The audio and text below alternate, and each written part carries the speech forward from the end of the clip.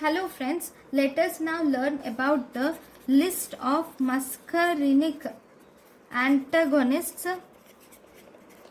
which are used for detrusor instability. The list of muscarinic antagonists used for detrusor instability or overactive bladder. These include, first we have oxybutynin, flaboxate, tolterodine, fesoterodine, trospium,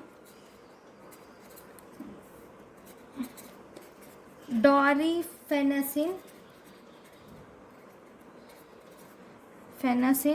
and solifenacin. So these are the muscarinic antagonists which are used in detrusor instability or overactive bladder. So if you were asked a question, so you give muscarinic agonist for overactive bladder. So what is the most common reason for discontinuation of this muscarinic antagonists by the patient? These muscarinic antagonists are discontinued by the patients in overactive bladder. So what is the main reason? The most common reason, it is due to drowsiness. Not drowsiness, xerostomia. It is due to xerostomia is the most important reason for discontinuation of muscarinic antagonists in overactive bladder. Now we will see some important side effects of muscarinic agonists in overactive bladder. Side effects of muscarinic agonists in overactive bladder. Actually, it's not just in overactive bladder.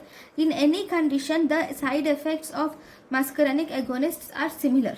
So obviously, xerostomia is the most common side effect. Others like blurred vision. Then there can be GI side effects, like there can be constipation and there can be dyspepsia can be seen. And then there can be drowsiness. Dizziness can occur with confusion. So these are the side effects of overactive bladder. Now, among all these drugs,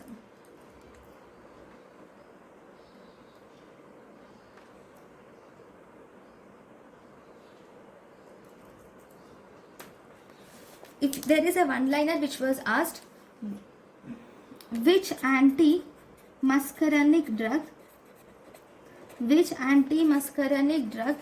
is indicated in overactive bladder exerts a direct sympatholytic action? Among all these, which will exert a direct spasmolytic, spasmolytic action on smooth muscles? Direct spasmolytic action on smooth muscles of bladder. Okay, this is exerted by the drug oxybutynin. Oxybutynin is the antimuscarinic drug which will exert a direct spasmolytic effect on bladder. Okay, if you were asked which antimuscarinic drug which is indicated in overactive bladder,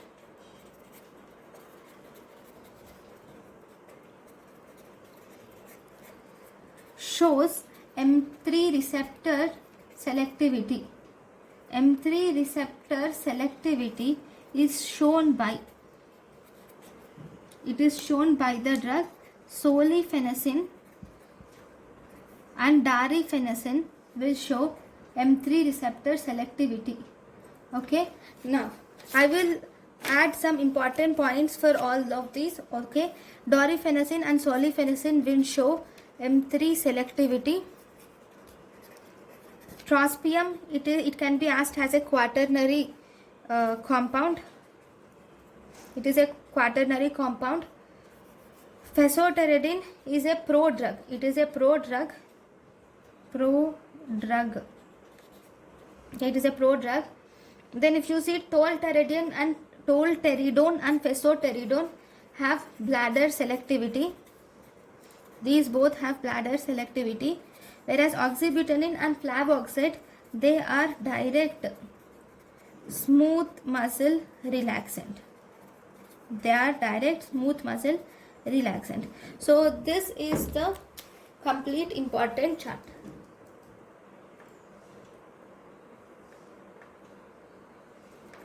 Thank you for watching.